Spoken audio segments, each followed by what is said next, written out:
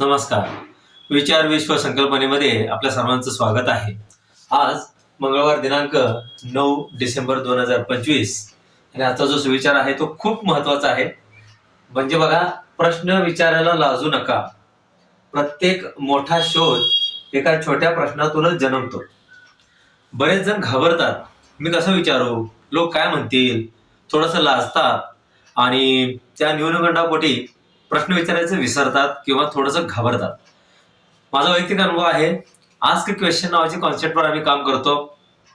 प्रश्न विचारताना आपल्याला कुठल्याही प्रकारची भीती वाटायला नाही पाहिजे. असं वाटलं किंवा आपल्याला थोडीशी भीती वाटते तर प्रश्नाला विचारायचं, बाबा हा प्रश्न विचारण्यासारखा आहे, आपण तो प्रश्न विचारू शकतो. आणि समोरच्याला सुद्धा त्या गोष्टीची जर समजा जाण असेल की बाबा खरंच ह्याला अडचण आहे, तर नक्कीच त्या प्रश्नाचं उत्तर निरसन करेल.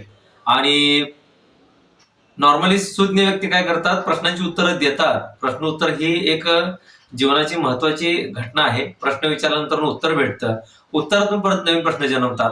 अशा पद्धतीने ही श्रृंखला चालू राहते आणि एक दिवस आपल्या शंकेचं निरसन होतं. कितीही मोठा प्रश्न असू दे, चर्चेनं सुटतो असं म्हणतात. त्यामध्ये प्रश्न विचारणं हा एक महत्वाचा भाग आहे.